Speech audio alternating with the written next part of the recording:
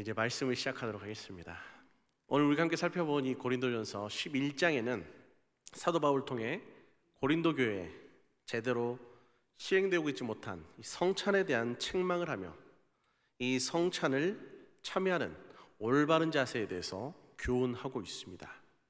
이 당시 고린도 교회에서는 성찬이 제대로 시행되지 못했던 연유가 있습니다. 그 발단은 그러합니다. 이 당시 보통 이 초대교회에서는 성찬이 있기 전에 먼저 애찬이 있었습니다. 말 그대로 이 성도들이 각자가 음식을 마련해 와서 함께 떡을 나누는 거예요. 대부분 조금 형편이 더욱더 괜찮은 분, 비교적 부유한 사람들이 좋은 음식을 가지고 준비를 해서 그렇지 못한 다른 성도들과 나누게 됩니다. 이런 것을 통해 말 그대로 애찬, 서로의 사랑을 나누고 서로 사랑을 느끼는 그런 아름다운 만찬이 있었습니다. 그런데 언제부턴가 이 애찬이 조금씩 뭔가 잘못돼 가기 시작했습니다. 비교적 있는 분들 좋은 음식을 준비해 와서 이전에는 모든 성도들이 모일 때까지 기다렸다가 함께 애찬을 나눴는데 언제부턴가 자기들이 먼저 먹기 시작해요. 좀 치사하죠? 먼저 먹고 먹는 거 가지고 장난치면 안 되는데, 그렇죠?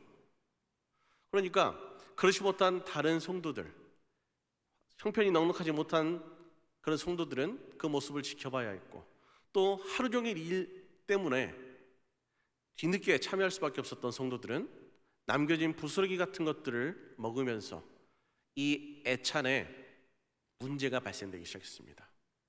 그런 마음으로 서로를 사랑하고 서로를 위하는 마음이 아니라 서로에게 상처가 되고 누군가에게는 모멸감을 느끼게 만드는 이 애찬이 있은 후에 성찬을 행하였으니 과연 이 성찬이 온전하게 이루어졌을 리가 없었던 것이죠.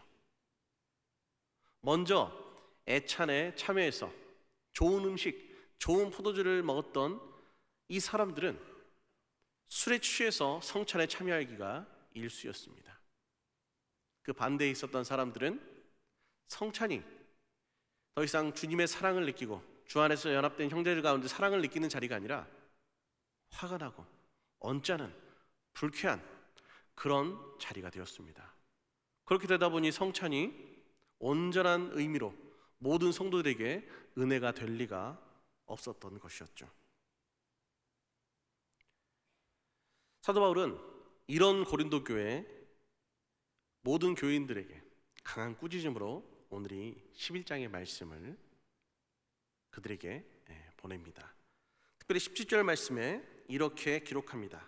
함께 읽으실까요? 내가 명하는 이 일에 너희를 칭찬하지 아니하나니 이는 너희의 모임이 유익이 못되고 도리어 해로움이라. 아멘. 유익해야 될 성찬이 이들의 이런 행동 때문에 오히려 해로운 것이라고 바울은 말합니다. 고린도 교회 성도들이 이렇듯 성찬에 참여하는 그들의 이 태도가 너무나도 불손했던 것이죠. 이렇게 성찬에 참여하는 것, 그들은 괜찮은 건 줄 알았지만 하나님 편에서, 그리고 하나님 사자였던 이 사도 바울의 입장에서는, 하나님의 성령에 붙들린 이 사도 바울의 입장에서는 죄를 짓는 것과 같았습니다. 이렇게 무례히 성찬에 참여한 이 그리스도의 자녀들에게 더 이상 이 주님의 대속의 죽음을 역되게 하는 이런 행동을 참아 볼 수가 없었습니다. 그래서 그들에게 징계가 찾아왔습니다. 그 징계의 내용이 이러합니다. 30절 말씀에 기록되어 있습니다. 제가 읽겠습니다. 그러므로 너희 중에 약한 자와 병든 자가 많고 잠자는 자도 적지 아니하니. 아멘. 그들은 깨닫지 못하고 있었지만 그들의 잘못된 성찬을 통해 약한 자, 병든 자, 죽는 자도 많이 있었다라고 기록을 해요. 이들이 성찬을 오염시킨 죄로 잘못된 성찬을 통해 이러한 징계를 지금 받고 있는 상황이었습니다. 그들에게 사도 바울은 꼬집는 거예요. 너희 중에 약한 자, 병든 자, 죽는 자가 많이 생기지 않았니? 왠 줄 아니? 성찬을 무례히 행했기 때문이라고 말하고 있는 것이죠.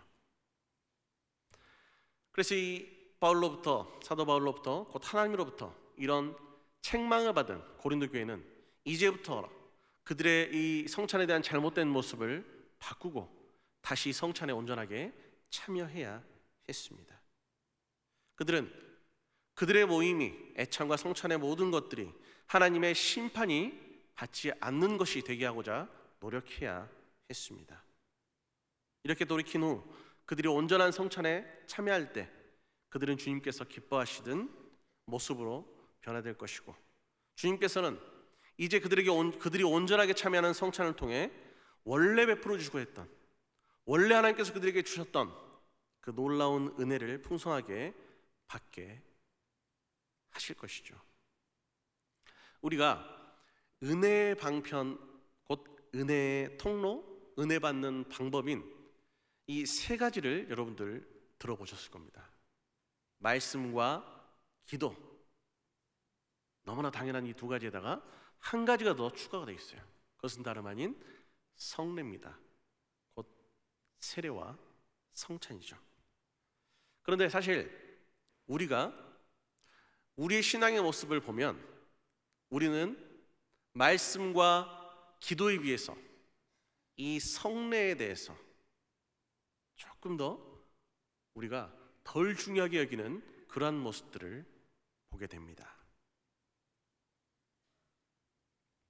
여러분, 성례와 이 세례와 성찬, 곧 이 성례도 말씀과 기도와 동일한 여러분 은혜의 방편이라는 사실을 여러분 잊지 말아야 합니다.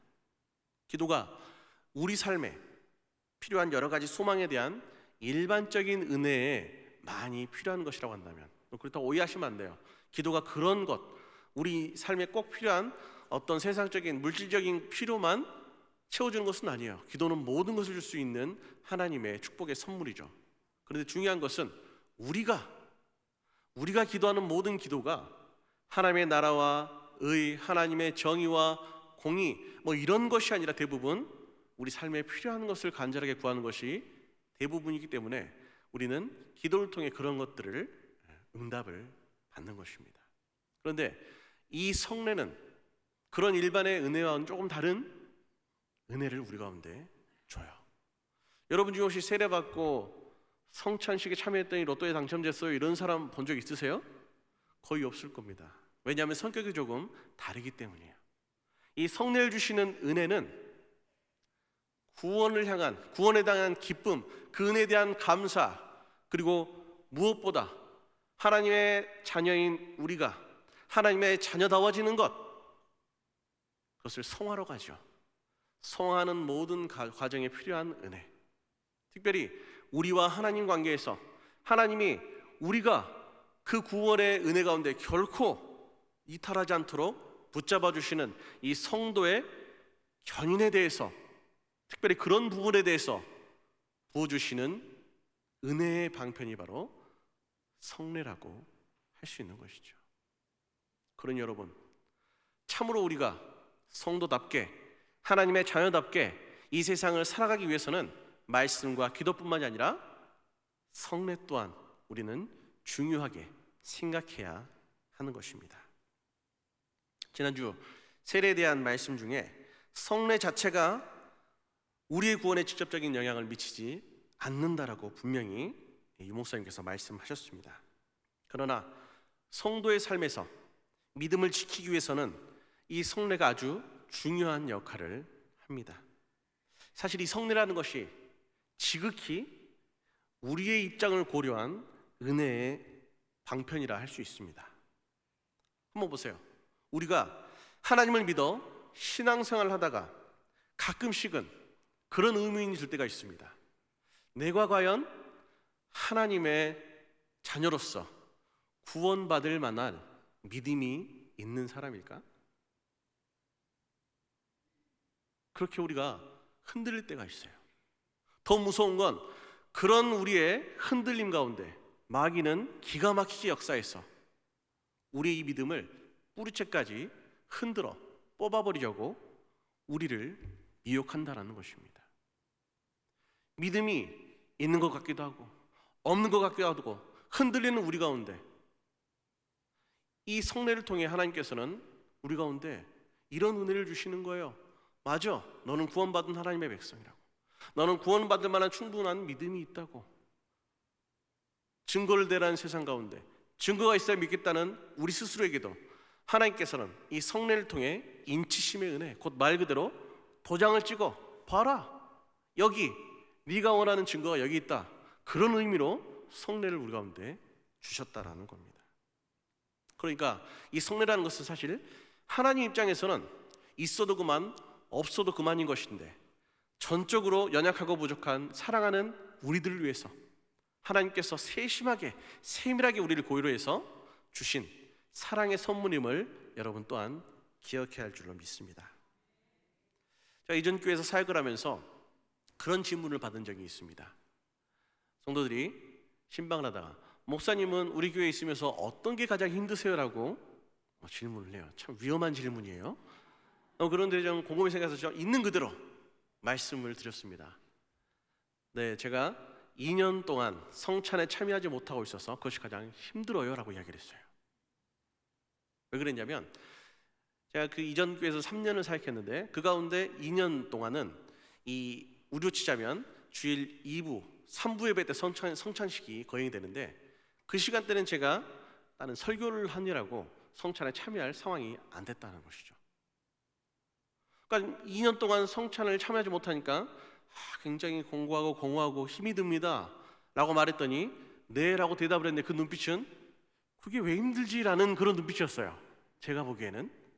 근데 여러분들도 비슷한 생각을 하시는 분이 계실 수도 있습니다. 물론 성찬에 참여하면 좋겠지만 성찬에 참여하지 않는 것이 그렇게 힘들고 그 아무 말 안 했다고 그렇게 큰일 나고 내가 정말 힘들 정도로 그러한 일인가? 여러분 그런 생각을 하실지도 모르겠습니다. 우리 교회는 여러분 거의 금요철야 예배 시간을 이용해서 성찬식이 거행이 되죠. 그렇죠? 그러니까 참 이게 저는 여러 가지 의미가 있는데, 정말 성찬을 참여하는 성도들이 자원하는 그런 모습으로 참 저는 좋게 생각하고 있습니다. 아주 바람직한 것 같아요. 안타까운 것은 근데 그겁니다. 저희가 주일 예배 때 출석하는 모든 세례교인, 거기다가 이제 세례교인은 어른들만 있는 것이 아니에요. 만 14세 이상 되는 우리 다음 세대들까지도 다 세례 받을 성도라는 거예요. 그런데 이 성찬 예식에 와서 보면 물론 평소 우리 금요철 예배보다는 많이 오시긴 하지만 우리가 주일날 출석하는 성도들을 헤아려 본다면 많은 분들이 성찬에 참여하지 않는 것이 너무나 안타깝습니다. 그들의 마음속에는 그런 마음이 있을 거예요. 하면 좋겠지만 뭐 성찬에 참여하지 않아도 굳이 내게 무슨 큰 불이익이나 해가 있지 않으니 뭐 여러 가지 상황을 고려해서 내가 다른 급한 일을 먼저 하는 것, 그게 여러분 사실 보통 성도들이 성례, 그 중에서 특별히 성찬에 대해서 생각하는 우리들의 현실이라는 것입니다. 그런데 제가 왜 성찬에 참여하지 못해서 힘들었는지, 우리가 왜 힘써 성찬에 참여해야 되는지, 그것을 알기 위해서는 우리가 성찬이 도대체 어떤 의미가 있는지를 우리가 분명하게 깨달아야 합니다. 오늘 본문 23절과 24절 말씀에 이렇게 말씀합니다. 내가 너희에게 전한 것은 주께 받은 것이니 곧 주 예수께서 잡히시던 밤에 떡을 가지사 축사하시고 떼어 이르시되 이것은 너희를 위하는 내 몸이니 이것을 행하여 나를 기념하라 하시고. 아멘. 예수님께서 잡히시기 전날 밤에 있었던 그 마지막 식사 자리, 우리에게는 최후의 만찬이라고 알려지는 바로 그 자리에 주님께서는 이것은 내 몸이다, 이것은 내 피다 하시며 떡을 떼어주시고 포도주를 나누어 주셨습니다. 도대체 이것이 우리에게 무슨 의미가 있다는 것일까요? 이 하이델베르크 요리문답 76문에 이렇게 이 내용을 기록하고 있습니다. 제가 질문할 테니 여러분들은 답을 읽어주시기 바랍니다. 76문입니다. 십자가에 달리신 그리스도의 몸을 먹고 그의 흘리신 피를 마신다라는 것은 무슨 뜻입니까?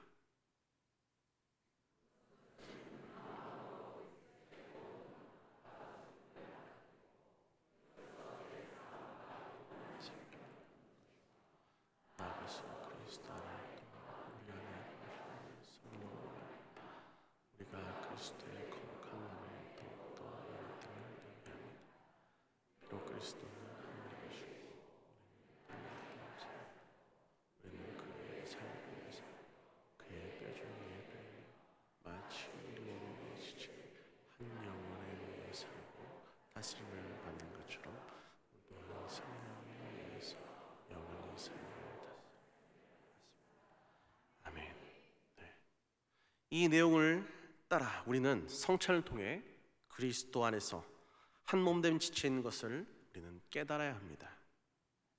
그래서 성찬식은 그리스도와 연합하는 것이며 하나님의 자녀로서 하나됨을 의미한다는 사실을 우리는 결코 잊으시면 안 된다는 것이죠.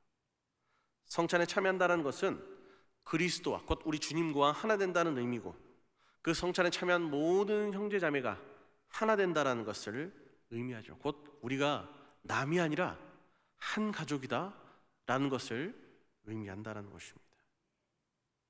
또한 이 그리스도의 죽음과 고난 그리고 죄사함과 구원을 이 성찬은 의미합니다. 이 성찬의 떡과자는 여러분 그리스도의 몸이며 피라고 분명하게 말씀하십니다. 그런데 과연 이 성찬의 떡과 포도주가 실제 우리 주님의 살이고 우리 주님의 피인가? 이런 의구심에 빠지신 분들이 있어요. 그래서 어떤 분들은 피를 어떻게 먹지? 그 살을 어떻게 먹어? 야만인들. 실제로 여러분 이 초대교회의 시기에는 그런 소문이 있었어요. 이 피와 살을 먹는다고 하니 매일 이 성만찬이 이루어지니 그런 소문이 났어요.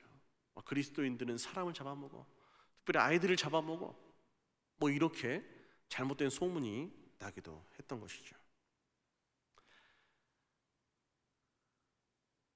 과연 이게 정말 그리스도의 몸과 피인 것인가? 2000여 년쯤 전에 주님께서 잡히시기 전날 성만찬 자리에서 제자들에게 주셨던 그것은 주님의 권능으로 그럴 수 있겠다. 하지만 이게 진짠가? 우리가 지금 성찬에 참여하는 이 떡과 피가 정말 살과 피가 진짜인가? 우리는 그런 의문에 빠지기도 한다는 것이죠. 이 78문에 그래서 이렇게 질문을 하는 것입니다. 떡과 포도주가 그리스도의 실제 몸과 피로 변함인가? 답은 여러분들이 하시기 바랍니다. 답입니다. 아닙니다.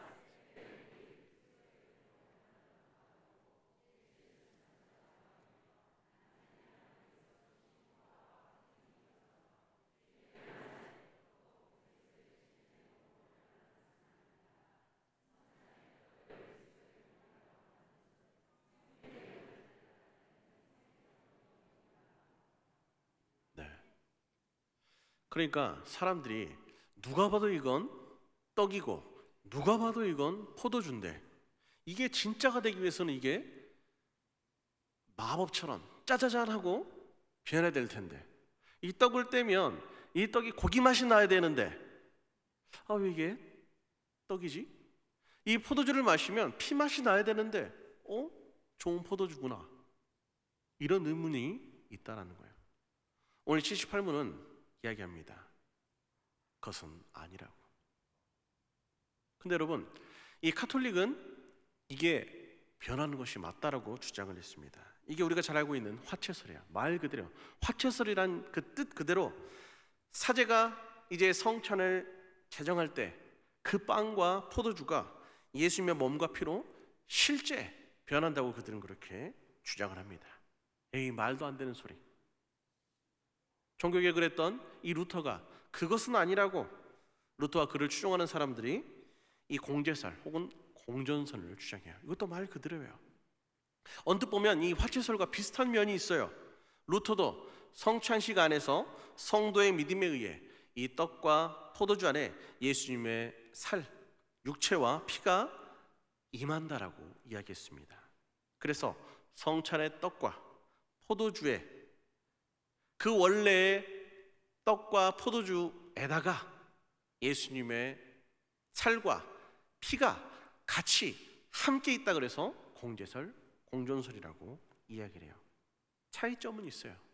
차이점은 이 공제설은 화채설처럼 떡과 포도주 자체가 변한다는 개념이 아니라 어디든지 계시는 그 예수님의 특징이 예수님의 권능으로 인해 성찬을 행할 때 그때도 예수님께서 친히 그곳에 임하게 된다라고 말을 하고 있습니다.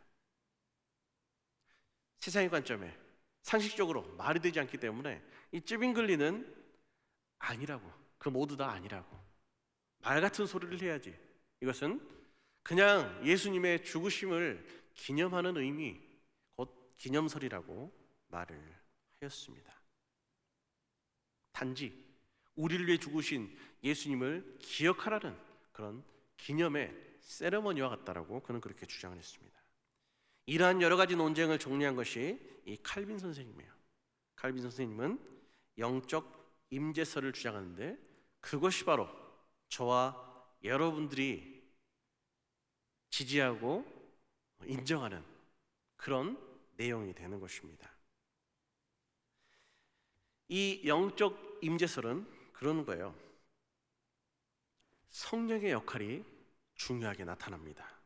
떡과 포도주가 있는데 그 떡과 포도주 자체가 변하는 것이 아니라 그 안에 이 성령의 역사하심을 통해 주님의 몸과 피가 영적으로 실체화되고 이 영적으로 실체화된 이 떡과 포도주는 하늘에 계신 우리 주님께서 주시는 이 성도에게 주시는 유익한 하나님의 몸, 하나님의 피라고 그렇게 이야기를 합니다. 그래서 그것을 먹으면 우리는 그리스도와 연합을 하게 된다라고 말하는 것이죠. 그렇게 이 성찬식에 참여하는 우리는 성령으로 빵과 포도주 자체가 바뀌진 않지만 성령으로 실체화된 떡과 포도주, 곧 주님의 살과 피를 먹음으로 우리 주님과 연합하게 되는 것이고, 이로 인해 그리스도의 사랑과 그 희생이 나를 구원하셨다라는 그 찬미 그리고 그 감격을 소유할 수 있게 되는 것이죠. 25절에 기록합니다. 식후에 또한 그와 같이 잔을 가지시고 이르시되 이 잔은 내 피로 세운 새 언약이니 이것을 행하여 마실 때마다 나를 기념하라 하셨으니. 아멘.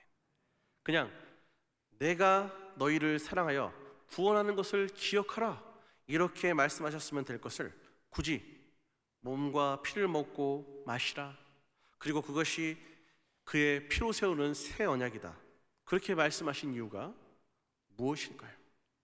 이 똑같은 질문을 하이델베르크 요르문답 79문에서 이야기하고 있습니다. 79문에 이렇게 질문합니다. 그렇다면 왜 그리스도의 떡을 그의 몸이라 하시고 잔을 그의 피 혹은 그의 피로 세우는 새 언약이라고 말하셨습니까? 또한 바울 사도도 왜 그리스도의 몸과 피에 참여하는 것에 대해 말합니까? 답을 여러분 해보시기 바랍니다.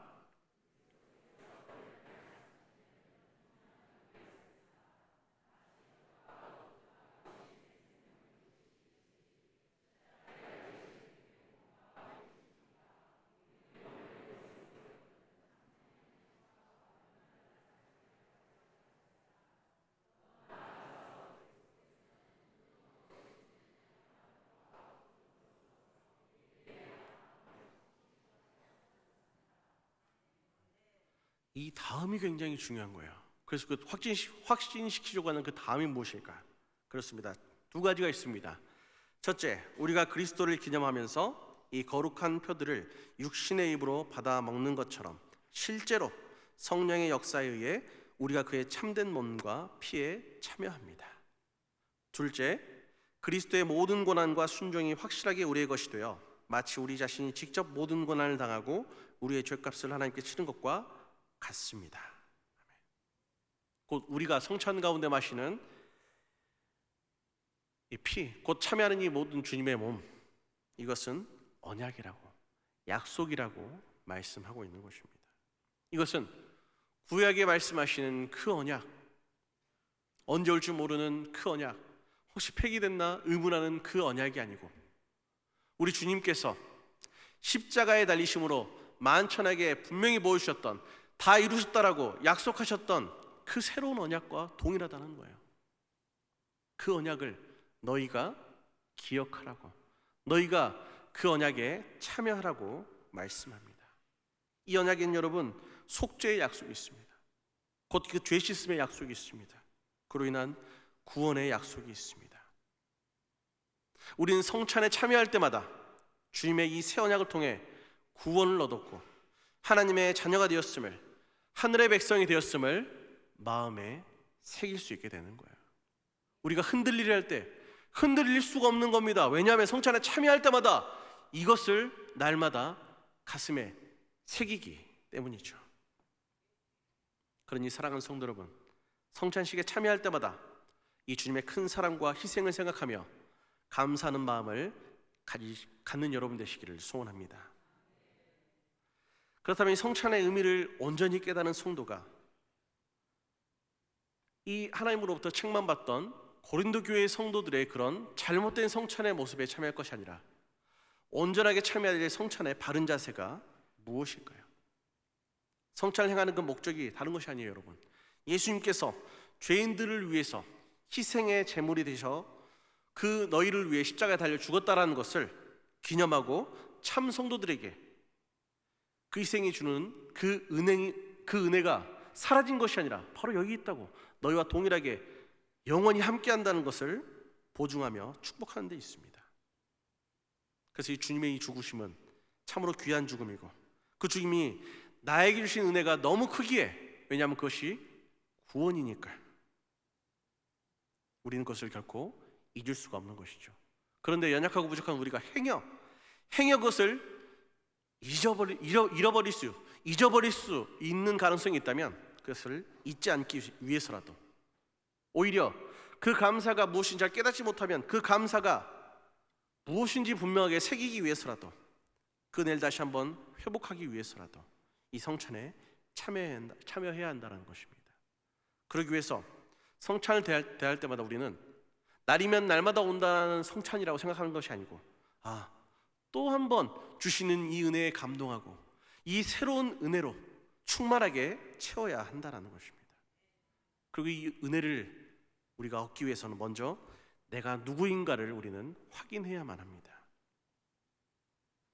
성찬에 참여할 때마다 우리는 주님의 은혜에 감사하기 앞서 내가 도대체 누구인가, 나란 존재는 어떤 존재인가 생각해 봐야 합니다.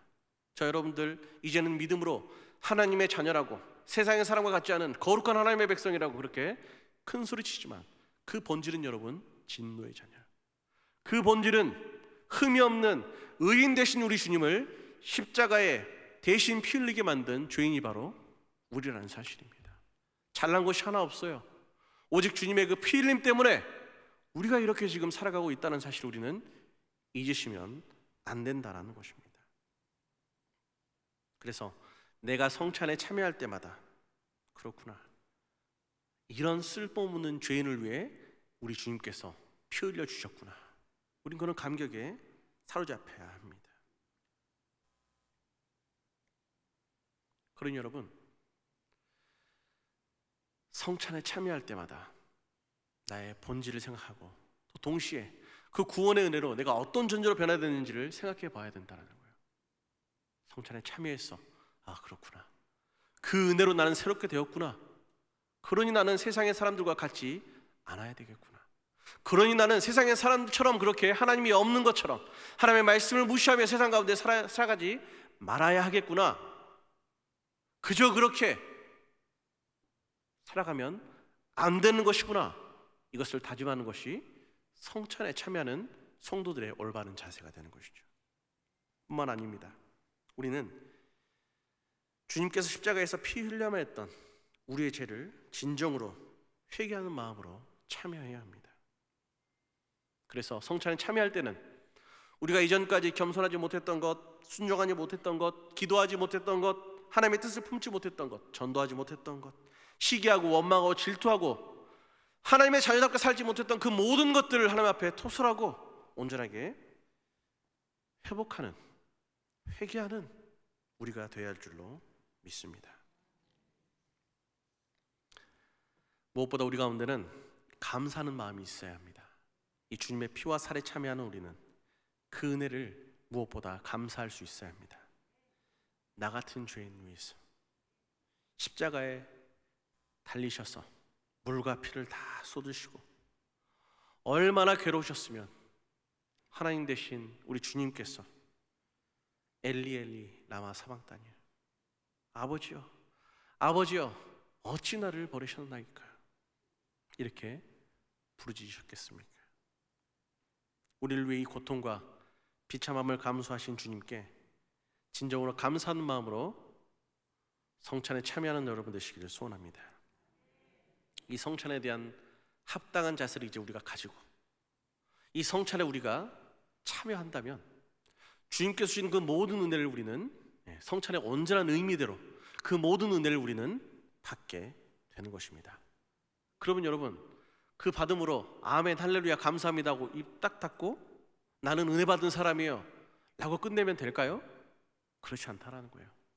어떤 의미에서 성찬은 거기서부터 비로소 시작된다라고 볼 수 있습니다. 그래서 오늘 26절 말씀에 이렇게 말씀하고 있는 것입니다. 우리 함께 읽겠습니다. 너희가 이 떡을 먹으며 이 잔을 마실 때마다 주의 죽으심을 그가 오실 때까지 전하는 것이니라. 아멘. 이 성찬에 참여할 때마다, 이 떡과 잔에 참여할 때마다 우리 하나님께서 사도 바울을 통해 명령하셨습니다. 전하라고. 무엇을? 너희를 위해 죽으신 우리 주님에 대해서, 그 십자가에 대해서, 그 보혈에 대해서, 너희를 구원한 그 구원에 대해서 너희는 전해야 된다라고 말씀하고 있습니다. 이것은 여러분 준엄한 명령입니다. 예수 그리스도의 죽음을 전하는 것만큼 우리 성도에게 중요한 것은 없다라고 가르쳐주고 있는 것이에요. 사랑하는 성도님들, 주님을 믿고 성도로 살아가는 우리에게 가장 중요한 명령은 우리를 사랑하사 십자가에 죽음 당하신 우리 주님을 전하는 것입니다. 복음을 전하는 거예요. 오늘도 말씀하고 있잖아요. 성찬에 온전하게 참여해서 충만한 은혜 받은 성도는 이것까지 행해야 된다라고, 곧 복음을 전파해야 된다라고 말씀하고 있습니다. 그래서 우리는 우리가 받을 은혜, 성찬을 통해 정말 내가 은혜 받아야지, 이것으로 여러분 끝내는 것이 아니라 은혜를 받았다면 받은 은혜 가지고 감사하며 복음을 전하는 여러분들이 되어야 할 줄로 믿습니다. 성찬에 참여할 때마다 이 그리스도의 사랑에 감격하며 나는 주님의 그 은혜가 너무 고맙고 감사해요 저절로 우러나는 헌신, 그 자발적인 헌신으로 성만찬의 그 순간, 은혜 받은 그 순간 저 여러분들의 마음속에는 이 주님의 사랑, 이 놀라운 주님의 은혜를 전해야지 이런 마음으로 여러분, 그리스도를 전했던 사도 바울이 대단해 보이잖아요. 그런데 이 사도 바울도 특별한 사람이 아니라고 성경은 말씀하잖아요. 똑같은 우리와 같은 성정이 같은 사람들이라고, 똑같은 사람들이라고. 그러나 사도 바울과 하나님을 전했던 수많은 믿음의 선진들은 바로 이렇듯 성찬을 통해 깨닫게 하신 그 하나님의 은혜에 감격해서 그 은혜가 너무나 감사해서 결코 감출 수 없어서 막아둘 수 없어서 감사함으로 그 복음을 전파했던 것처럼 저 여러분들도 이 성찬의 참여함을 통해 주님께서 보신 모든 은혜로 충만하여 감사와 기쁨과 열정으로 그리스도의 복음을 전하는 저 여러분 되시기를 주님의 이름으로 축원합니다.